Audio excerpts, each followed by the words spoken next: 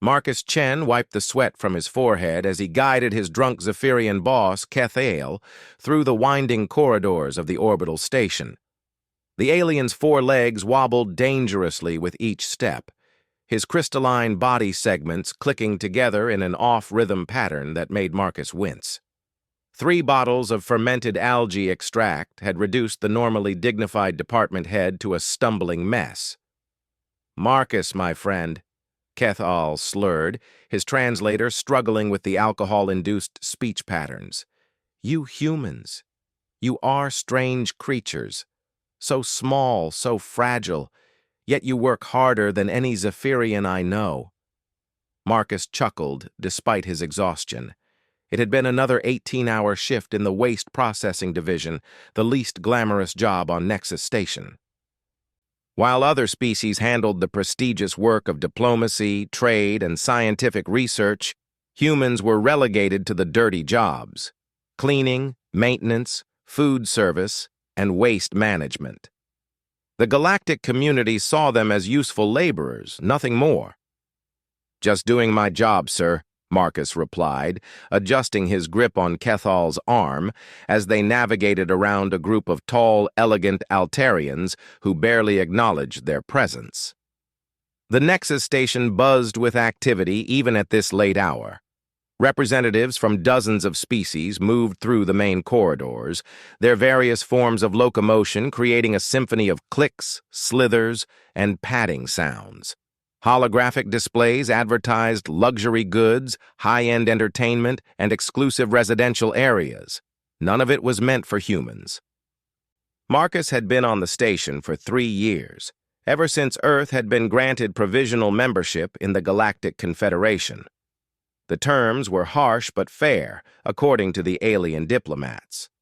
Humanity could join, but they would start at the bottom. Prove their worth through service. Show they could integrate peacefully into galactic society.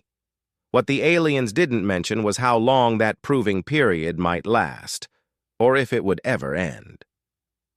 Kethal's quarters were in the mid-level residential sector, a decent area but nothing fancy. As they approached the door, the Zephyrian fumbled for his access card, his coordination completely shot. Marcus gently took the card and helped his boss inside.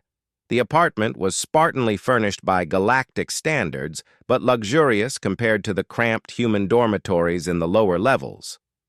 Kethal collapsed onto his resting platform, a heated stone slab that maintained the temperature his species required for sleep. "Marcus," Kethal said, his voice becoming more serious despite his intoxication, "there are things happening, political things, changes coming to the Confederation." Marcus helped remove his boss's work harness, the complex strapping system that held various tools and status indicators. "What kind of changes?" "The Emperor. He's been asking questions about humans, about your capabilities." Kethal's large compound eyes focused on Marcus with unusual intensity. "Some of the department heads think you're being underutilized, that perhaps the current arrangement isn't optimal." Marcus felt a chill run down his spine. Changes in galactic politics usually meant bad news for humans. Their position was precarious enough as it was. "Sir, you should rest. We can talk about this tomorrow when you're feeling better." Kethal waved a dismissive appendage. Yes, tomorrow. But Marcus, be careful. There are those who would see humanity's status changed, but not necessarily improved. The hegemony faction grows stronger each cycle. Marcus knew about the hegemony, a political movement that believed in strict species hierarchy, with the primitive races like humanity serving the advanced civilizations permanently. They viewed the current arrangement as too generous. After ensuring Kethal was settled and the apartment was secure, Marcus made his way back through the station's corridors. The late hour meant fewer crowds, but the automated systems hummed constantly around him: environmental controls, waste processors, power distribution networks, systems that largely ran themselves now, but still required human oversight because their labor was cheaper than full automation. The human quarters were located in Section C7, deep in the station's lower levels. The corridors here were narrower, the lighting dimmer to save power. Marcus passed other humans heading to or from their shifts. Night janitors cleaning the upper levels, kitchen staff preparing for the morning meal service, security guards monitoring the less important areas. They nodded to each other in passing, a quiet solidarity born from shared circumstances. Most were from Earth's various nations, brought up to the station as part of the integration program. A few were born on Luna or Mars colonies. All were making the best of their situation, hoping their service would eventually earn humanity a better place in the galactic community. Marcus's quarters were typical for human staff. A small rectangular room with a narrow bed, a desk, storage compartments, and a tiny refresher unit. The walls displayed rotating images of Earth landscapes, a psychological necessity according to the human welfare officers. Views of forests, oceans, and mountains to remind them of home. He was about to activate his door lock when he noticed something unusual, a faint energy signature coming from inside his room. Marcus had learned to recognize the various electromagnetic fields that different technologies produced. It was a survival skill when working around alien equipment that could be dangerous to humans. This signature was unlike anything he'd encountered before, powerful but controlled. Advanced beyond anything on the station. Marcus hesitated. Protocol demanded he report unusual energy readings to security, but if someone was in his room, they had bypassed multiple security systems to get there. That kind of capability suggested either very advanced technology or very high authority. He pressed his palm to the access panel. The door slid open with its usual soft hiss. The figure sitting calmly in Marcus's desk chair was immediately recognizable, despite the impossibility of his presence. Every being in the Confederation knew that face from official broadcasts and governmental displays. The Emperor Valdris Ashkente, supreme ruler of the Galactic Confederation, sat in the cramped quarters of a human waste technician as casually as if he were in his own throne room.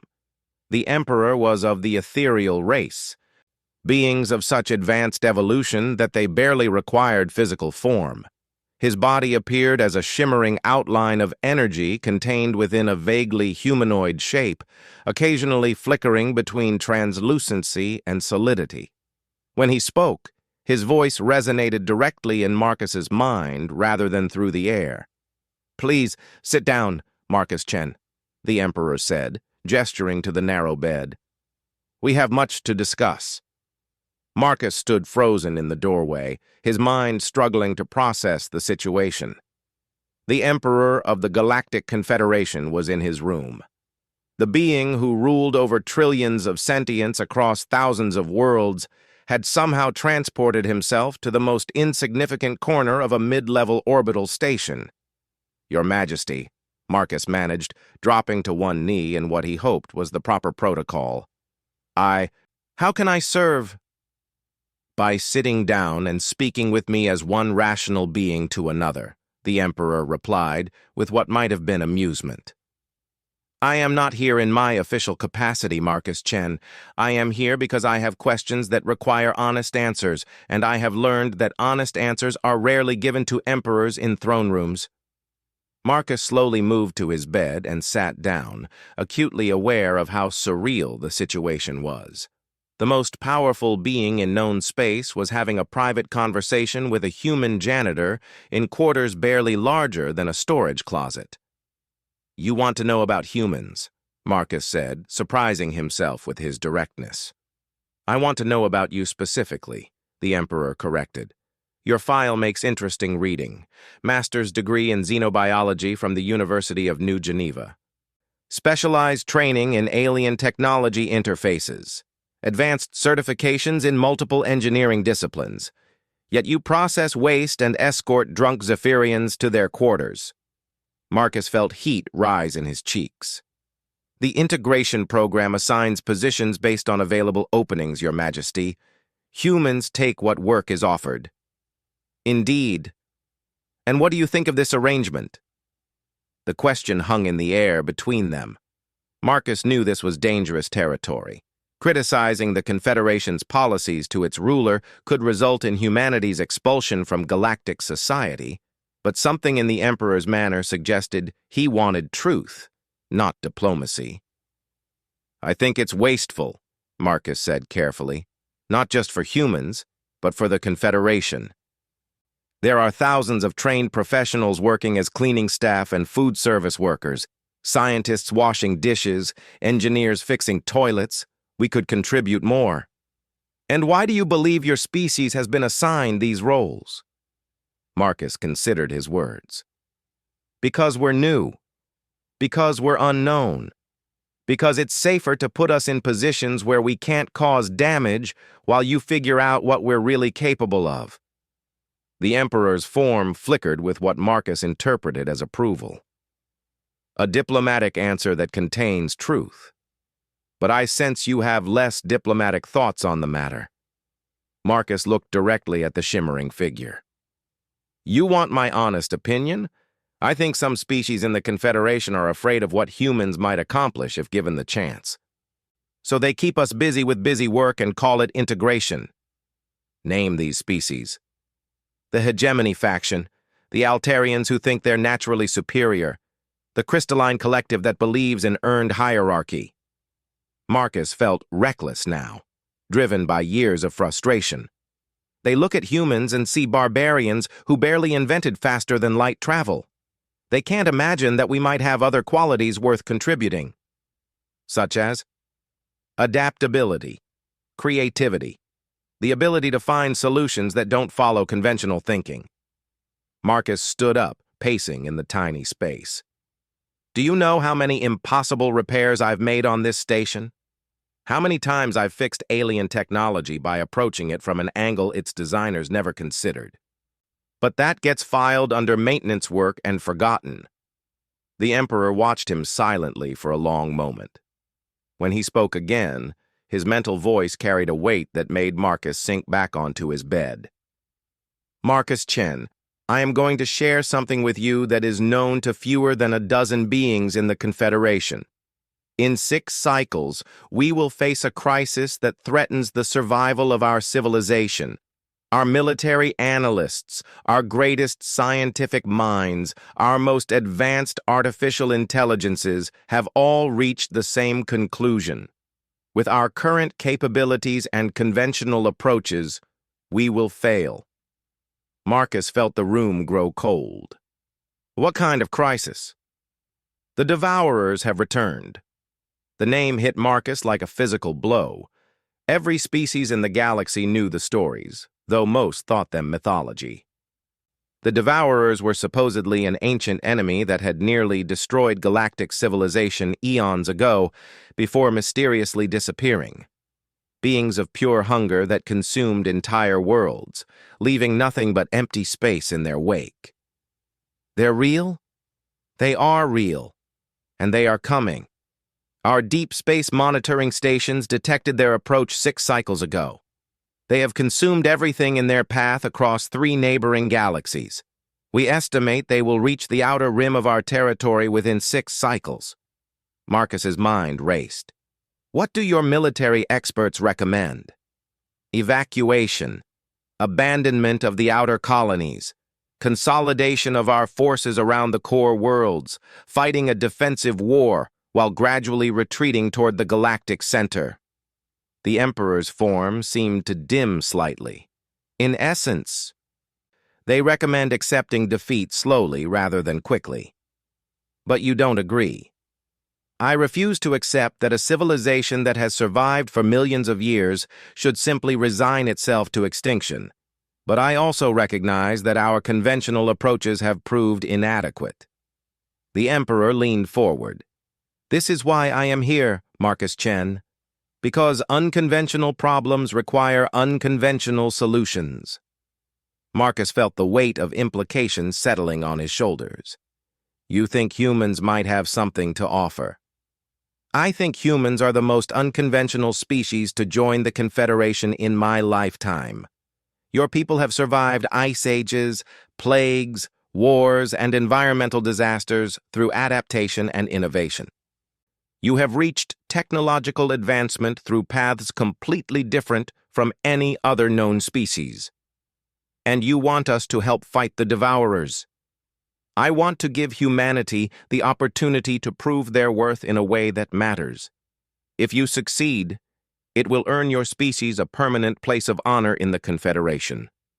If you fail, the Emperor paused. If you fail, the failure will not be yours alone.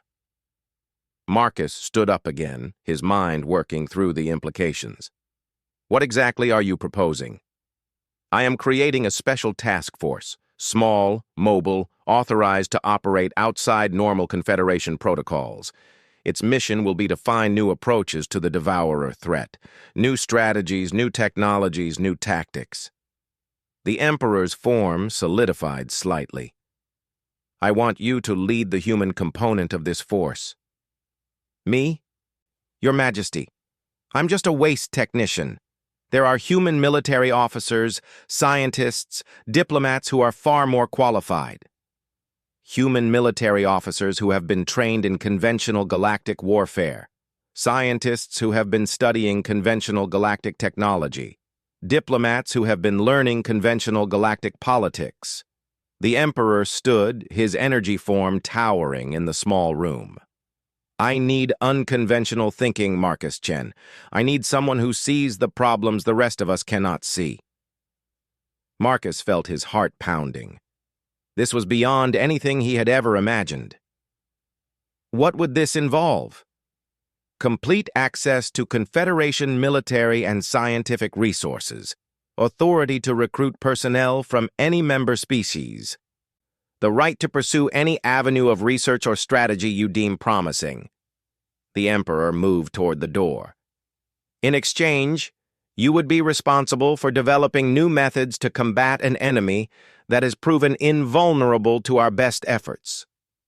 How many humans would I be able to recruit? As many as you believe necessary. The task force will have unlimited funding and highest priority status. But Marcus Chen, the Emperor paused at the door. You must understand that this opportunity comes with significant risks. There are factions within the Confederation that will view humanity's elevation as a threat to their own status. They will work to undermine your efforts. Marcus nodded slowly. The hegemony faction. Among others, some will attempt to sabotage your work directly. Others will seek to have the program terminated through political pressure. A few may resort to more extreme measures. Why are you risking this? Why put so much faith in a species most of your government considers primitive? The Emperor's form flickered one final time before fully materializing into a solid, almost human-like appearance. For a moment, Marcus could see the individual who existed beneath the imperial authority. Someone ancient and tired, carrying the weight of billions of lives. Because, Marcus Chen, I have spent centuries watching our civilization become complacent. We have grown comfortable with our superiority, convinced that our advanced technology and established methods can solve any problem. The Devourers have proven us wrong. He placed a hand that felt surprisingly warm on Marcus's shoulder. Sometimes it takes fresh eyes to see what experience has made blind. The Emperor moved toward the door, which opened silently at his approach. You have 48 hours to consider my offer. If you accept, report to Docking Bay 7. A ship will be waiting to transport you to your new facilities. And if I decline? Then you will return to your duties in waste processing, and we will find another way to face the coming storm. The Emperor stepped into the corridor. But Marcus Chen, I hope ye Marcus spent the next 36 hours studying the contents of the crystal the Emperor had left behind. What he found inside challenged everything he thought he knew about the galaxy and humanity's history within it. The data contained detailed records of the Devourer's previous invasion, complete with tactical analyses, technological assessments, and historical accounts from surviving civilizations. The scale of destruction was beyond comprehension. Entire star systems consumed, their matter converted into pure energy to fuel the Devourer's advance. Civilizations that had existed for millions of years reduced to scattered refugees in a matter of decades. But what disturbed Marcus most were the tactical reports from the ancient war. The Confederation's predecessors had possessed technology far more advanced than anything currently available. Weapons that could shatter moons, shields that could protect entire planets, faster-than-light communication networks that spanned the galaxy instantly. None of it had been enough. The Devourers adapted. Every weapon used against them was eventually turned to their advantage. Every defensive strategy was overcome. Every technological advantage was neutralized and absorbed into their collective intelligence. They were not just destroyers, but perfect learners, becoming stronger with each victory.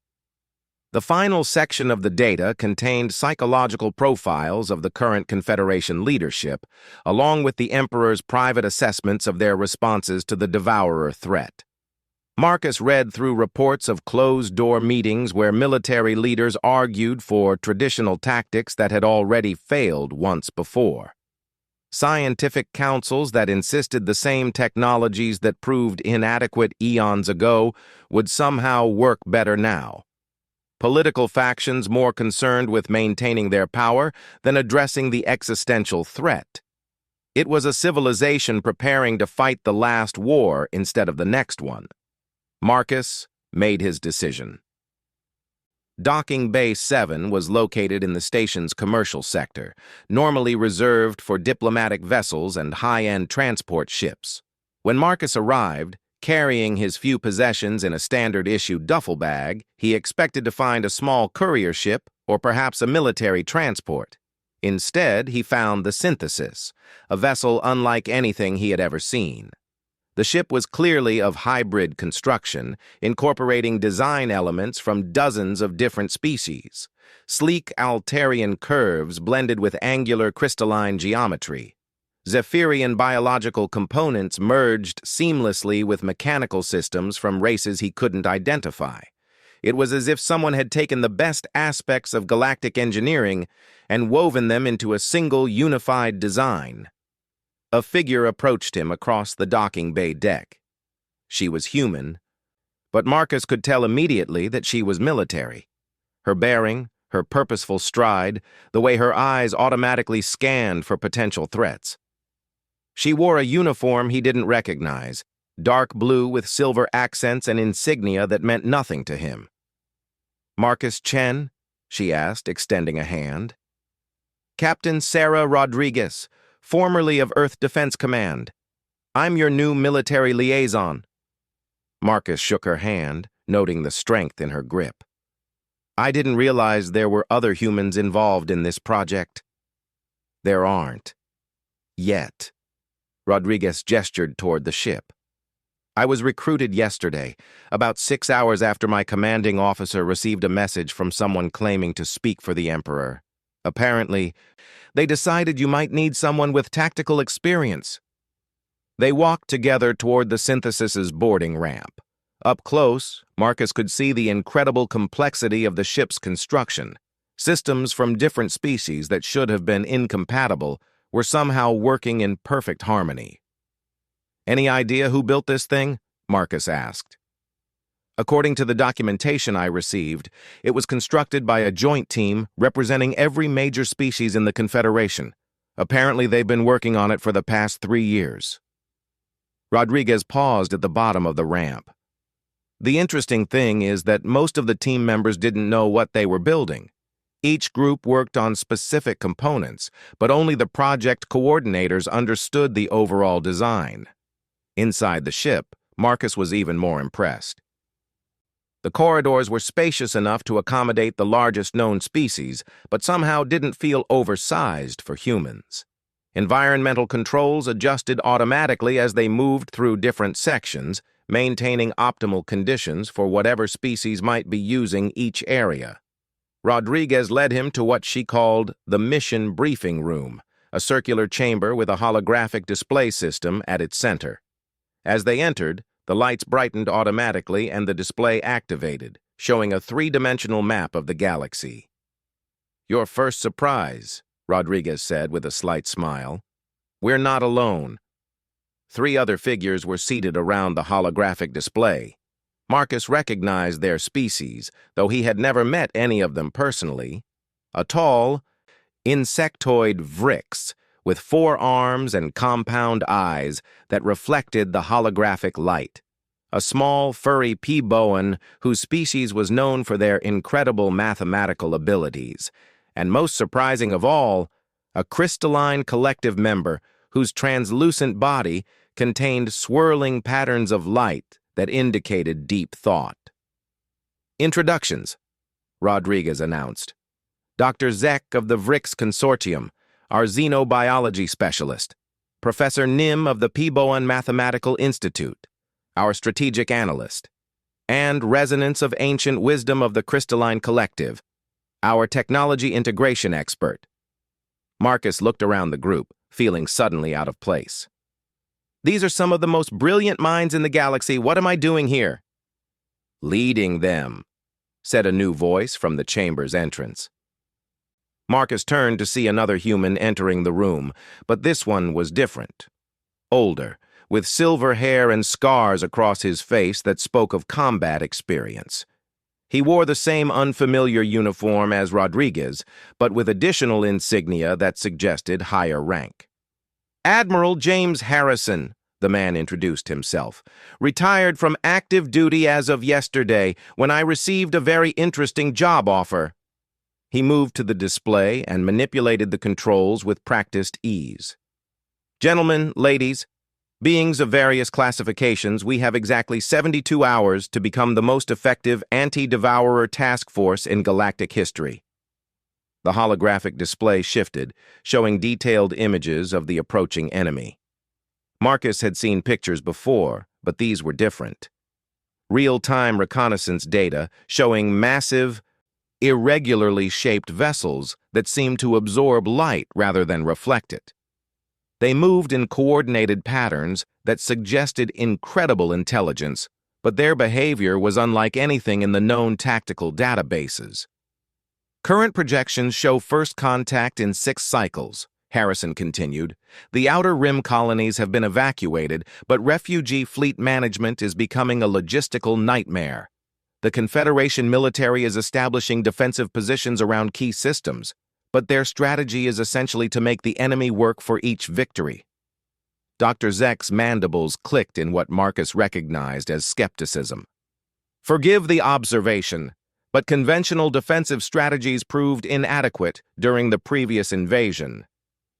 Why does the Confederation leadership believe they will succeed now? Because they don't want to admit that conventional strategies might not be enough," Professor Nim replied, his small voice carrying surprising authority.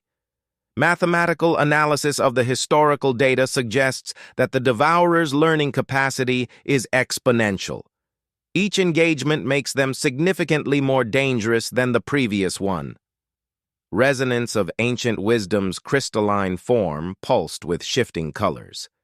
When the being spoke, its voice resonated like music. "The collective has preserved memories from the ancient war. Our predecessors attempted to match the Devourer's technological advancement through rapid innovation. The effort nearly destroyed our civilization even before the enemy arrived." Marcus studied the tactical displays, his mind working through the implications. "So we can't outfight them using conventional methods, we can't out-tech them using conventional research, and we can't outthink them using conventional strategy." "That's a remarkably accurate summary," Admiral Harrison said with grim approval. "Which brings us to why this little group exists. We are officially designated as Special Research Task Force 7. Unofficially, we're the last desperate hope before total evacuation team." Rodriguez activated another section of the display, showing their ship's specifications. The synthesis is equipped with the most advanced research facilities available, along with manufacturing capabilities that can produce small-scale prototypes of almost any conceivable technology. We also have unrestricted access to Confederation databases and the authority to requisition any resources we might need. "What's our mandate?" Marcus asked. "Find something that works," Harrison replied bluntly. The Emperor's exact words were, "Explore every possibility that conventional wisdom has dismissed as impractical, impossible, or insane. We have complete operational freedom, with one restriction, which is, everything we develop must be capable of implementation within 6 cycles. No theoretical solutions, no long-term research projects. If we can't build it, test it, and deploy it before the Devourers arrive, it's useless." Marcus looked around the group again, seeing the weight of responsibility in every face. "Where do we start?" Dr. Zek leaned forward, his compound eyes reflecting the holographic light. "With the fundamental question that has puzzled xenobiologists for centuries. What are the Devourers, really? The historical records describe them as technological entities, but their behavior patterns suggest something more complex." Professor Nim activated his own section of the display, showing mathematical models that hurt Marcus's eyes to look at directly. "Strategic analysis indicates that treating them as conventional enemy forces may be the wrong approach entirely. Their response patterns suggest a form of distributed intelligence that operates on principles we don't understand. The collective's ancient memories speak of something even more disturbing," Resonance of Ancient Wisdom added. "The impression of consciousness without individual identity, purpose without emotion, intelligence without wisdom." Marcus felt pieces of a puzzle beginning to form in his mind, though he couldn't yet see the complete picture. What if we're looking at this wrong? What if the problem isn't that our weapons aren't powerful enough, but that we're using the wrong kind of weapons entirely? "Explain," Harrison said. "Every report describes the Devourers as perfect learning machines. They adapt to whatever we throw at them, incorporate our technologies, turn our strengths against us." Marcus stood up, beginning to pace as his thoughts crystallized. But what if we could create something they couldn't learn from? Something so fundamentally different from conventional technology that their adaptation mechanisms couldn't process it? Rodriguez looked skeptical. "What could be so different that an intelligence capable of consuming galaxies couldn't understand it?" "Something chaotic, something unpredictable, something that doesn't follow the logical patterns that machine intelligence relies on." Marcus turned to face the group. "Something human." Dr. Zeka's mandibles clicked rapidly. "You're suggesting that human technological approaches might be fundamentally incompatible with Devourer learning systems?" "I'm suggesting that human technological approaches are fundamentally incompatible with everyone's systems," Marcus replied. "That's why we're considered primitive. We don't follow standard engineering principles. We jury-rig solutions that shouldn't work but do. We combine technologies in ways that violate best practices but somehow achieve better results." Professor Nim's small form was practically vibrating with excitement. "The mathematical implications are fascinating. If Devourer adaptation relies on recognizing patterns in technological development, then technologies that deliberately violate those patterns might prove invisible to their learning mechanisms. The collective has observed human engineering practices," Resonance of Ancient Wisdom said, its crystalline form pulsing with rapid color changes. "Your species consistently produces solutions that our analytical frameworks classify as impossible. Yet they function." Admiral Harrison was studying Marcus with new interest. "You're talking about weaponizing human unpredictability. I'm talking about building systems the Devourers can't understand because they're too chaotic to analyze," Marcus corrected. "Not random chaos, but controlled chaos. Human chaos." "How do we implement that?" Rodriguez asked. Marcus looked around the room, seeing the beginning of something unprecedented. a team that combined the galaxy's best analytical minds with human creativity, traditional knowledge with unconventional approaches. "We start by breaking every rule of conventional engineering," he said. "We take the most advanced technologies available and combine them in ways that make no sense. We build systems that work despite violating basic principles. We create weapons that are too human for alien intelligence to comprehend." Dr. Zek stood up, his 4 arms gesturing excitedly. "The implications for xenotechnology integration alone would revolutionize our understanding of engineering principles. The strategic applications could reshape how we approach interstellar warfare," Professor Nim added. "The collective would be honored to participate in such research," Resonance of Ancient Wisdom concluded. Admiral Harrison was quiet for a long moment, studying the tactical displays. Finally, he spoke. "You realize what you're proposing? You want to bet the survival of galactic civilization on the possibility that human engineering is too weird for cosmic destroyers to figure out?" Marcus nodded. "That's exactly what I'm proposing. It's completely insane, which might be exactly what makes it work."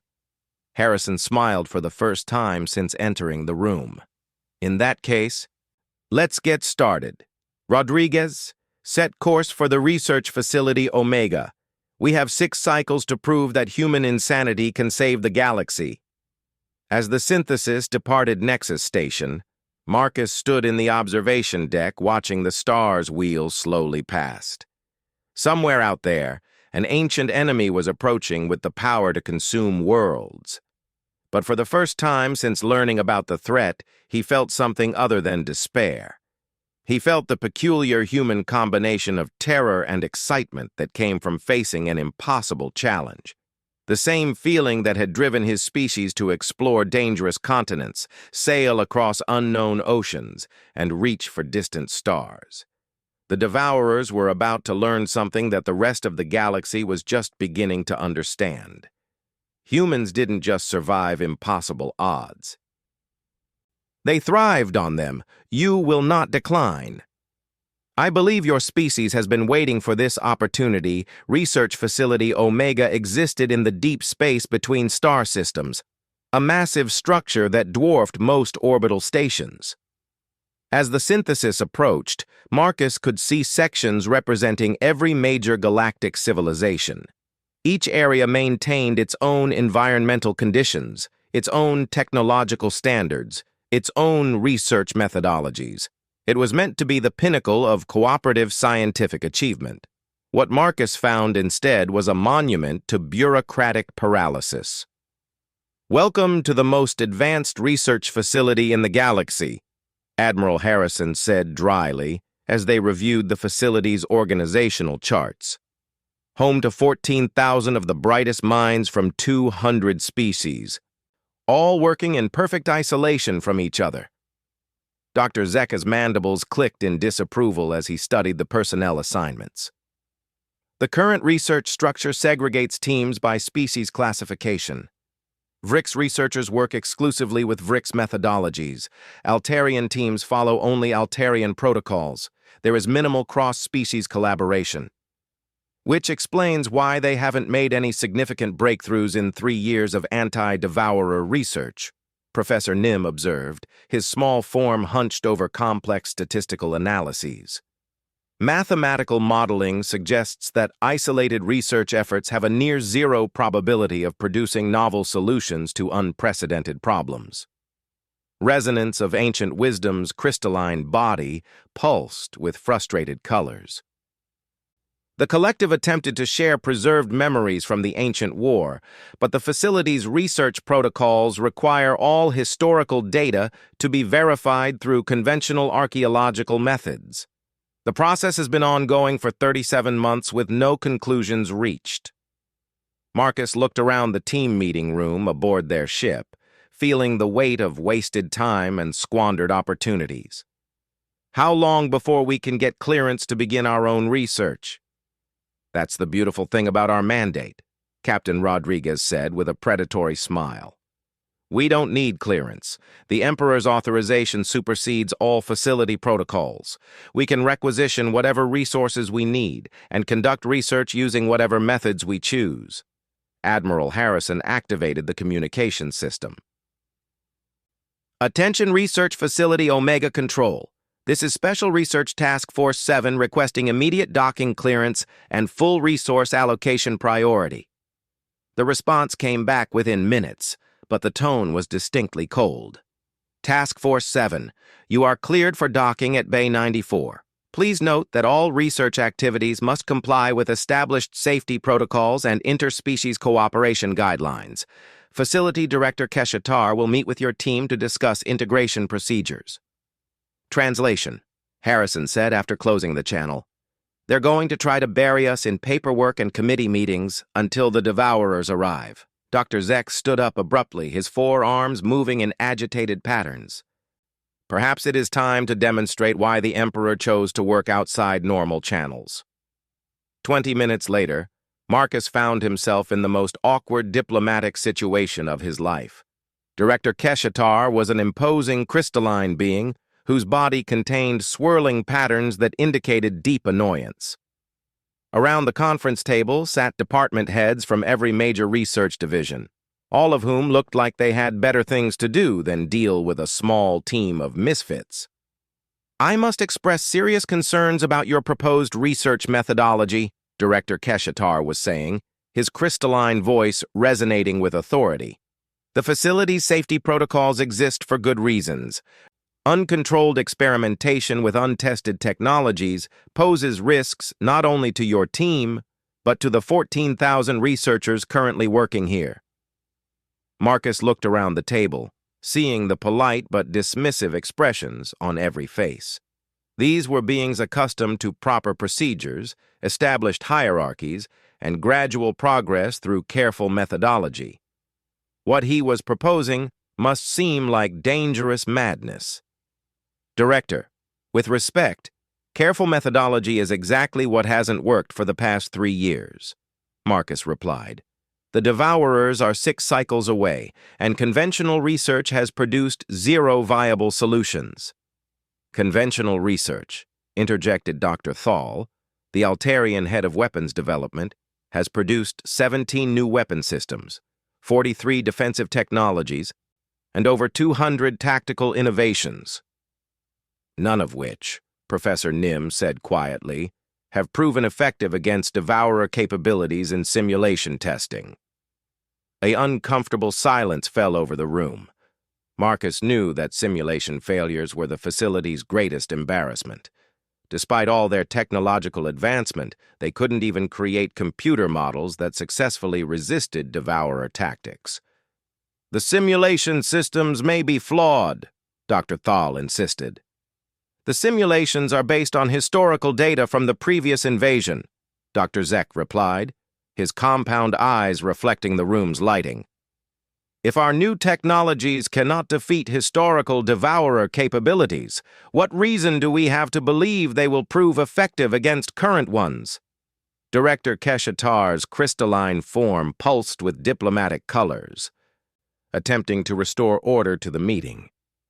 Task Force 7, perhaps you could explain exactly what alternative approaches you propose to pursue. Marcus took a deep breath, knowing that what he was about to say would probably convince them he was completely insane. We want to build weapons that don't make sense. The silence that followed was profound. Could you elaborate? Director Keshatar asked carefully. Every weapon system in this facility is based on logical engineering principles. Optimal efficiency, maximum output, minimal resource consumption, perfect engineering. Marcus stood up, beginning to pace as his thoughts crystallized. But the Devourers have proven they can analyze and counter any logical system, so we want to build illogical systems. That is, Dr. Thal paused, clearly struggling for diplomatic phrasing. That is not how engineering works. It's not how galactic engineering works, Marcus agreed, but it's exactly how human engineering works. We specialize in solutions that shouldn't function but do.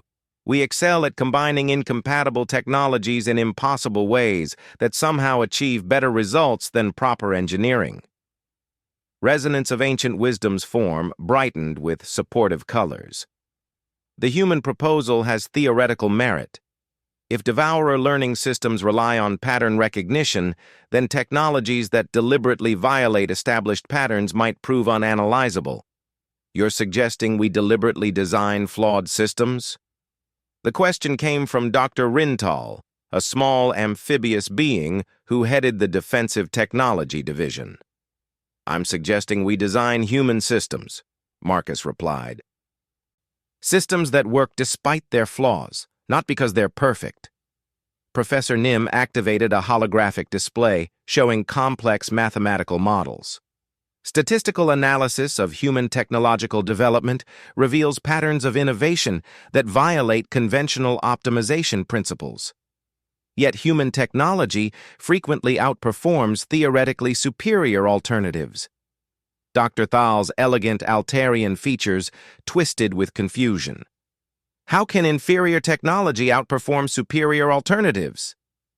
Because inferior and superior are determined by conventional standards, Captain Rodriguez said, speaking for the first time. Human technology isn't optimized for efficiency or elegance. It's optimized for working under the worst possible conditions. Admiral Harrison leaned forward. Director, we're asking for permission to conduct research using methods that the rest of the galaxy considers primitive and chaotic. In exchange, we'll share any breakthroughs with the facility's research teams. Director Keshatar was quiet for several minutes, his crystalline form cycling through thoughtful color patterns. Finally, he spoke. Task Force 7 will be granted access to Research Laboratory Complex Delta. This section has been sealed for safety reasons due to unstable experimental conditions. It should be suitable for your unconventional research methods. As they left the meeting, Marcus felt a mixture of excitement and apprehension. Laboratory Complex Delta turned out to be everything Director Keshatar had implied. The massive facility had been abandoned after a series of experiments created localized spatial distortions that made the area too dangerous for normal research. Perfect, Dr. Zex said with satisfaction as they toured the damaged laboratories. Existing spatial instabilities will actually enhance our ability to test unconventional technologies.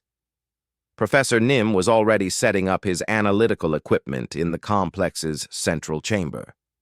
The mathematical framework here allows for experimental conditions that would be impossible to replicate in stable space. The collective's preserved memories suggest that reality distortions were common during the ancient war, Resonance of Ancient Wisdom added.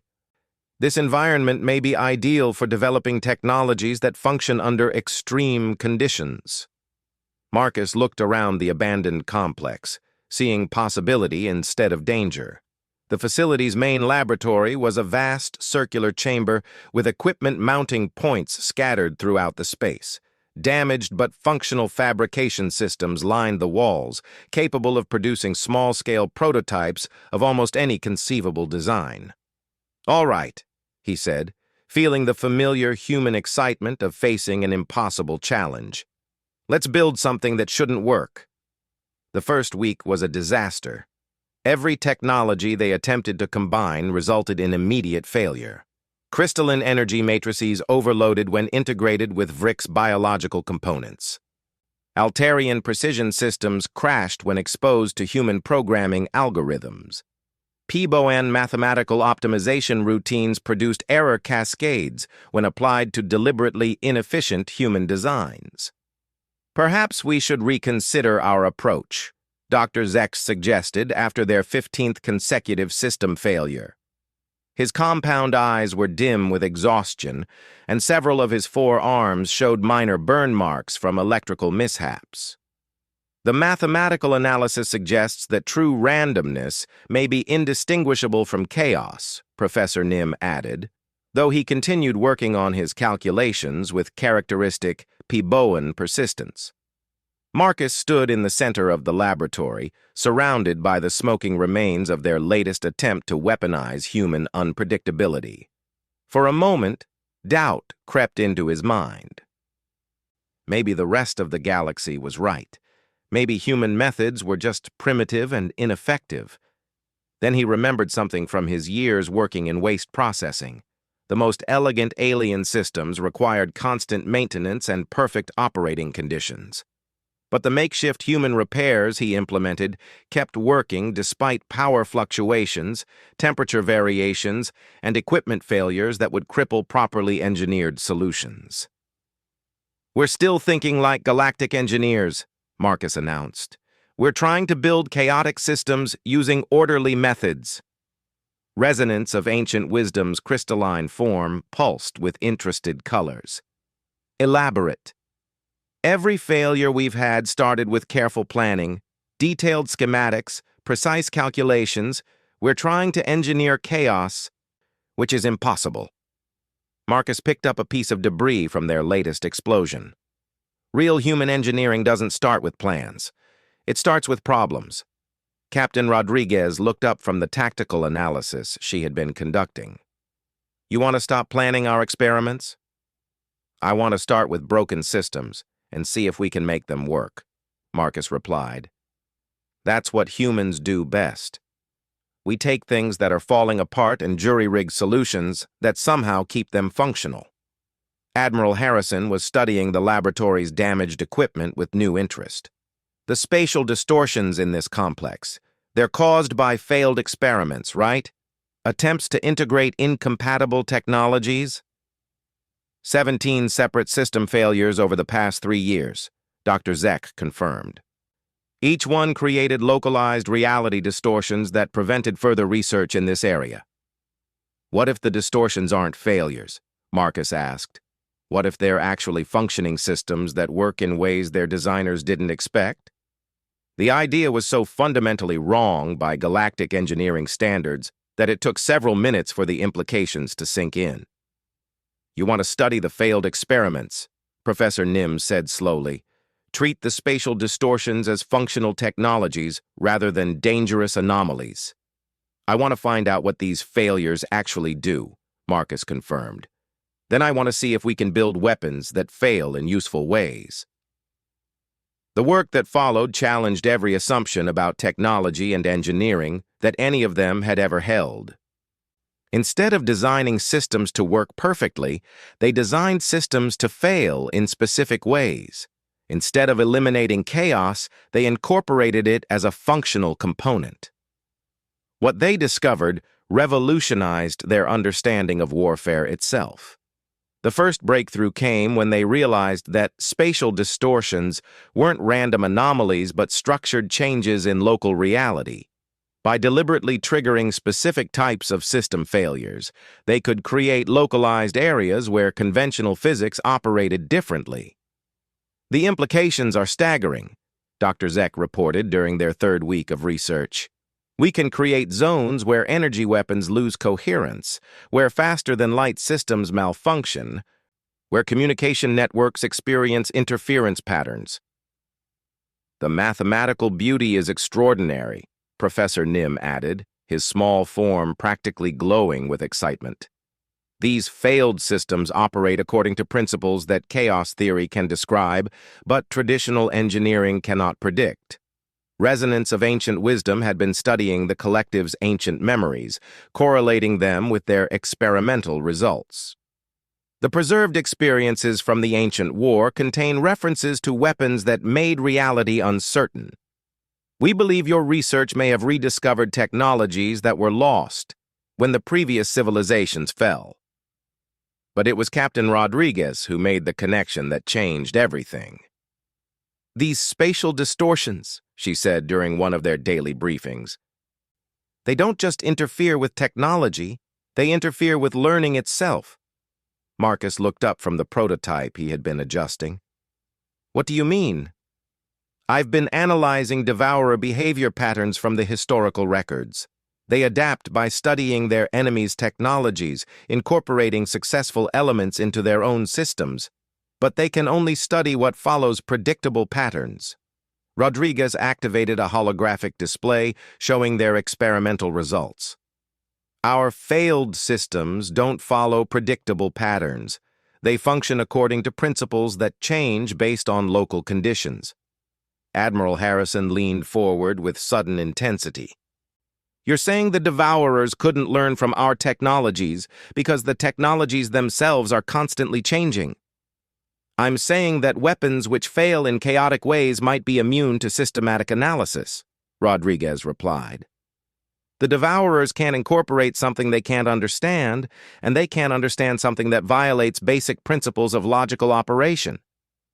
Dr. Zek's mandibles clicked rapidly as he processed the implications. We could create weapons that become more effective the more the enemy tries to analyze them. Weapons that evolve through failure rather than success, Professor Nim added. Technologies that embody controlled chaos as a functional principle, Resonance of Ancient Wisdom concluded. Marcus felt the pieces of their impossible puzzle finally clicking into place. We're not just building weapons that don't make sense. We're building weapons that make sense in ways the Devourers can't comprehend. The message from the Emperor arrived during their 4th week of research. It was brief and carried the highest priority encryption. Devourer advanced scouts have reached the Outer Rim. First contact is now projected in 2 cycles. Confederation military forces are requesting immediate deployment of any available anti-Devourer technologies. Report status immediately.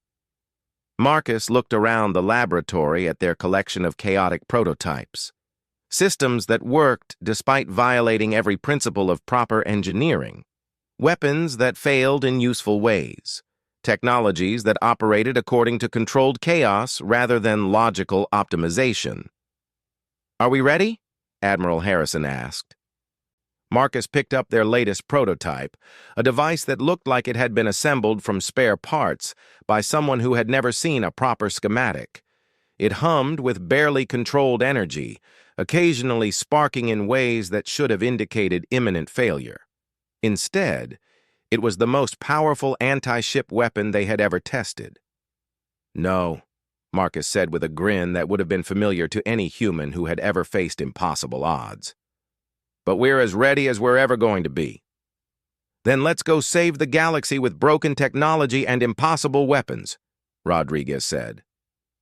As the synthesis departed Research Facility Omega, loaded with prototypes that shouldn't work but did, Marcus stood in the observation deck watching the stars. Somewhere out there, an ancient enemy was approaching with the power to consume worlds. But they were about to learn something that the rest of the galaxy was finally beginning to understand. Humans didn't just survive impossible situations, they turned impossible situations into advantages. The Devourers had destroyed civilizations that were more advanced, more logical, and more perfect than humanity. They were about to face a civilization that specialized in being chaotic, unpredictable, and beautifully, catastrophically imperfect. And sometimes imperfection was exactly what perfection couldn't overcome, without even knowing it. The door closed behind the Emperor, leaving Marcus alone in his quarters. He sat on his bed, staring at the spot where the ruler of the galaxy had just stood, trying to convince himself that the conversation had actually happened. On his desk, where no object had been before, lay a small crystal data storage device. Apparently, the Emperor had left him something to consider along with his decision. Marcus picked up the crystal, feeling its weight in his palm. Such a small object, but he somehow knew it contained information that would change everything he understood about the galaxy and humanity's place in it.